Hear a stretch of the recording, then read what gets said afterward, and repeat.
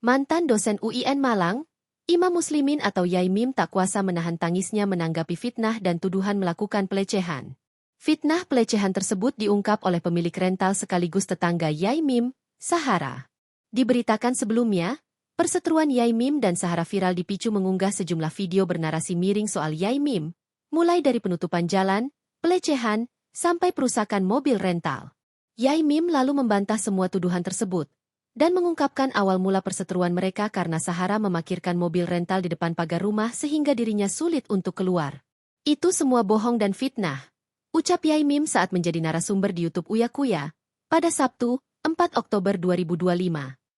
Sebagai penghafal Al-Quran, Yai Mim berani bersumpah dan menegaskan dirinya tak mungkin melakukan pelecehan. Saya itu penghafal Al-Quran. Saya tidak mungkin melakukan maksiat. Kalau saya melakukan maksiat hilang Al-Quran saya, kata Yai Mim. Yai Mim yang selama ini terlihat tangguh, akhirnya menunjukkan sisi lain darinya. Tangis Yai Mim pecah, suaranya terdengar terbata-bata. Yai Mim memikirkan nasib para santri dan mahasiswanya setelah dirinya difitnah Sahara melakukan pelecehan. Ia mengaku tak bisa menahan diri ketika tuduhan itu menyentuh kehormatan dirinya dan istrinya.